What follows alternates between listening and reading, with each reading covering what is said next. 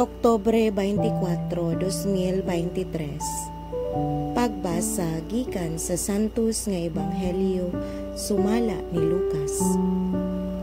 Si Jesus miingon sa iyang mga tinunan, "Pag-andam kamo sa bisan unsay mudangat, baksig hugot ang inyong mga bisti diha sa hawak, ug dagkuti ang inyong mga suga, samag mga sulugoon nga naghulat sa pagbalik sa ilang agalon gikan sa kumbira sa kasal.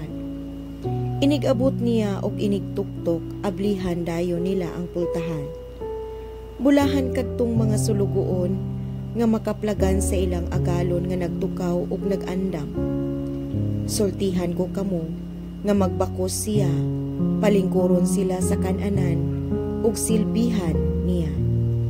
Ug bulahan sila kun hikaplagan niya nga andam, bisan kun moabot siya sa tungang gabii o kadlaw na." Ang Ebanghelyo sa Ginoo. Daygon ko ikaw, O Kristo.